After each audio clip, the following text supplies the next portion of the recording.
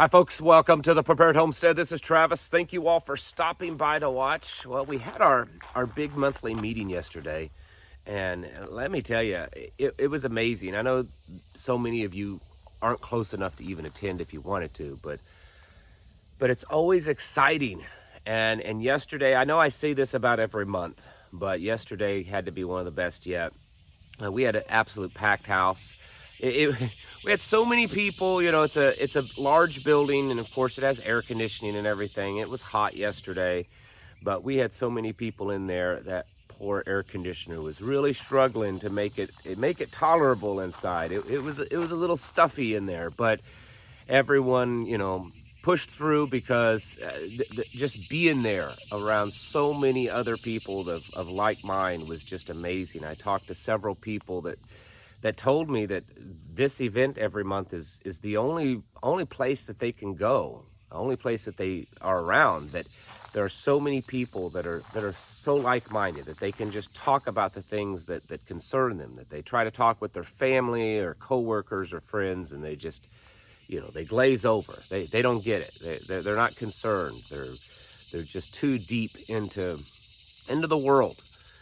And so it was really great. I did a whole lot of talking. As you can probably tell, my voice is a little raspy, which is normal every month. But there was just, I don't know. I never imagined that it would end up being this way. It's been 2.5 years ago or so when we started having these. And we started off, it was just my family and one other family sitting at a park bench talking.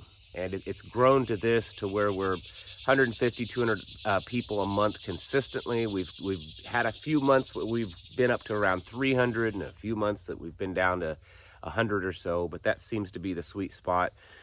People from all over the country are coming. Some of them are coming here because they want to move here, but a lot of people are also coming to the meetings just so that they can, meet others and kind of learn what we're doing and go back home and try to recreate this where they live.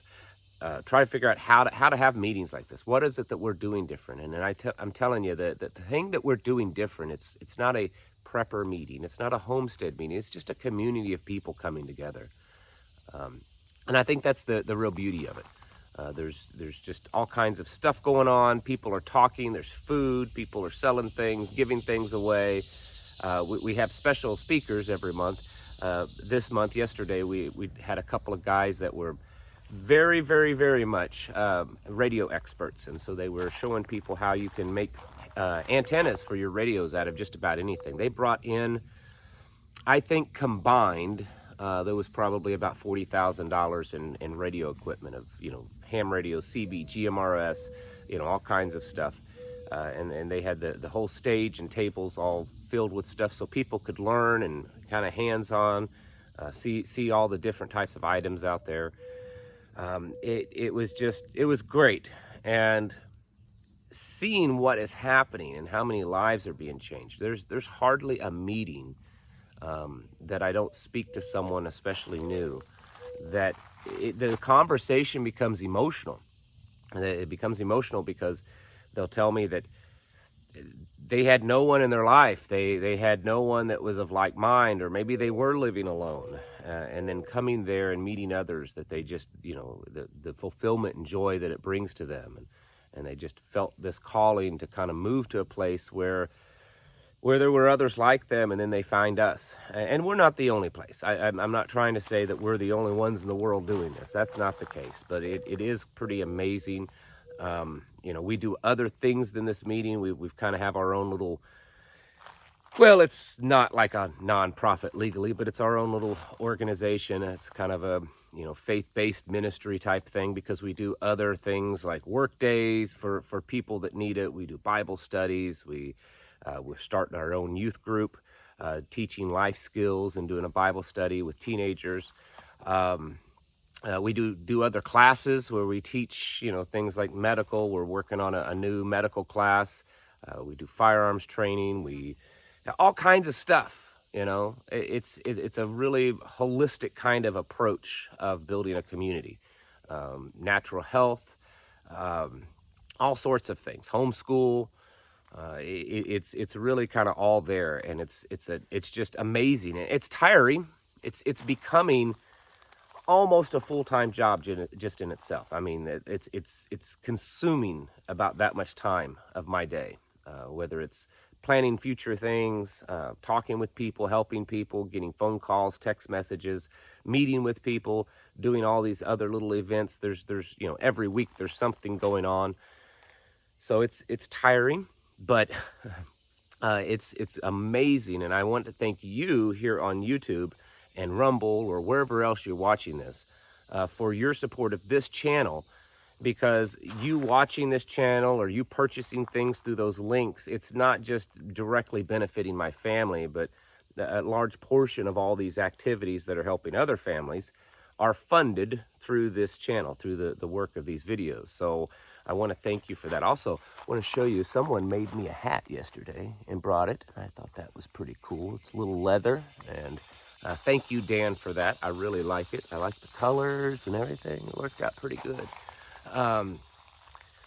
But I just want to thank you all for that. And I know this may not be a typical video. It's probably not going to be very popular, if it's not sensational. It's funny how that is. I get criticized all the time of how, this video's too sensational. Oh, it's too much of a clickbait kind of video. Oh, it's too extreme. But yet when I make a video that's kind of like that, that's the ones that gets watched, and the ones like this, hardly ever. I don't necessarily think it's all the people. I think it has to do with YouTube also. They like to push the sensational things. But anyways, it's great, and I want to continually encourage you folks to try to find something like this. I know it's difficult. I know it's difficult because I tried this for years. I tried finding a group that already existed and being part of it. I've tried creating my own group a few times, my own local meetings, and sometimes it would go over good, but it was always difficult. It wasn't too difficult to get a few people to come to a particular meeting. What was difficult was to get them to come back, and not just get them to come to a meeting, but actually form a community. Here in my local area, there are at least 5 or 6 small little groups, whether you want to call them mags or whatever, that have formed out of this big meeting. People all the time are telling me, just every week, I'm having people tell me that, I have met some of the best friends of my life because of this meeting. I can say that. I will tell you right now, the closest, best friends that I've ever met in my whole life in 45 years, I have developed those friendships because of this meeting. People that I call brother, and I mean that, and sister. And I hear that from others. So there's definitely something to it. And again, I never imagined it would ever be like this, but it's working. And just to see the fulfillment and enjoyment that is happening, the children they're able to find other children like them. They're not having to, the parents aren't having to worry about what children they're around. You're able to just really feel like a family. And I want to encourage all of you to try to do something like that. And if you can't do it, try to find it. Sometimes you have to travel. And if you don't know what you're doing, if you've never started something like that, but you feel this calling that, maybe I need to start a meeting like that, you can reach out to me. If you're with any kind of driving distance, you can certainly come to our local meeting. There's people that drive 5-6 hours every month. 5-6 hours one way, 5-6 hours back, just so that they can come to meeting. We've had people from all over the country. As far as I know, my wife and I have been trying to keep track over the last 2.5 years. And as far as I can remember, we have had at least one person from all lower 48 states attend our meeting, meaning that they live in that state and they've traveled to us just to come to the meeting.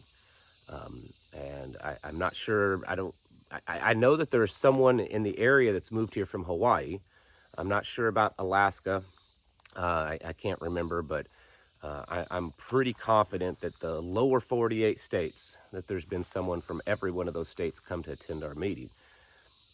And I think it's because they hear that something different's going on, that it's not just a prepper meeting where we just sit there and talk about preps, teach each other how to crochet or, you know, how to load a gun or anything like that. It's really a lot more than that. It's a true community. We're watching, I feel that what we've probably heard about in the past, you know, a couple of 100 years ago, of how communities existed and how they worked together and how they viewed each other. That's what we're seeing happen. And that's what the amazing thing is. It's you know, it's kind of like a church, it's kind of like a family reunion. It's amazing. And I want to thank all of you from the bottom of my heart because, again, the support that you give helps this. And it may not even be possible without the support that comes through on this channel. And I also want to encourage you to do the same, to find others. You know, I would say the biggest hurdle, if you want to start your own meeting, the biggest hurdle is finding a location. Find a location that you can have it. Hopefully that location is something that you can consistently use. You know, is it a room at a library? You know, a church room, a hotel, you know, other types of, you know, buildings and facilities have rooms that will rent to you. Is it just at a pavilion at a park? Maybe some friend or someone has a building that they'll let you use. Whatever it is, you should find a location. Come up with some basic, you know, the first meeting, or it'd be best if you can come up with some ideas for the first 3 meetings. And honestly, it doesn't have to be too much. Pick a subject, you know. We're going to talk about building first aid kits, you know, bring in an IFAC and a big home first aid kit, open it up, talk about how to put one together. Have some refreshments, and then just encourage people to come and just mingle and get to know each other. And make it very family friendly. Encourage families to come, not just men or just women, but whole families. Encourage the families to come. And if you make it family focused, just like with a civilization, in a civilization, when you break it down to its most simplest basic unit, it's a family. And you can't have a civilization without family. And you can't have a healthy civilization without healthy families. That's why we're watching our civilization crumble. Because there's less and less and less healthy families, and the civilization as a whole is attacking the healthy family, saying that you're wrong, you're out of sync, you know, you're old, you need to be done away with. And so that's why we're watching our civilization collapse. At its very basic level, it's attacking its own self, it's attacking its core, which is family. And so I've seen too many groups like this over the years where they actually, I've even seen them where they say, you know, please leave your children at home. It's not a place for children. What? Who wants to be involved in some type of community thing if children can't be there? It needs to be very family focused. We have young couples with children, middle-aged couples. We have older folks. We have young single people. But they all know and they all get it, that it's all family focused, family centered. And that is how we're doing it and why we're doing it. And if you're not doing it for that reason, then I don't know why anyone would be doing this to begin with. To try to build a community without, you know, with excluding families, I don't see how that could work. So that's the main thing, is keep it family focused, family friendly.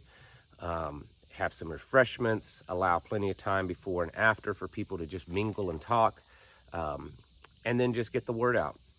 And you can put up flyers in your local area. You can get on local message boards, maybe Facebook, things like that. You can reach out to me, and if you want, I'll promote it through my channel. But I'm telling you, folks, this is necessary. There are a few people that are capable of being lone wolves. But even most of the ones that in their hearts desire to be a lone wolf, they're probably not capable of it. Very few people are capable of successfully surviving as a lone wolf. For the rest of you, you need to be trying to find this. And if you can't find it, you need to make it. This is the natural way we are meant to be. We were created to be communal people. And that's just plain and simple. Whether it's mainstream Darwinian science or, you know, the understanding of biblical creation, they all agree on this point. We are created to be communal people. And so we need to find that and find find each other that are of like mind. There's so much divisiveness. There's so much just hatred and just it's tearing us apart. And it's always so uplifting to be around other people. So I encourage you to do that. Again, thank you all for your support of this channel. It really does. I doubt that what we do could be possible without you. I mean, we do have the local people are supporting it, but a big portion of the activities we do, it's because of what you're doing on supporting this channel. Folks, it's time to get your houses in order and to prepare yourselves mentally, physically, and spiritually. Thanks for watching, and I'll catch you in the next video.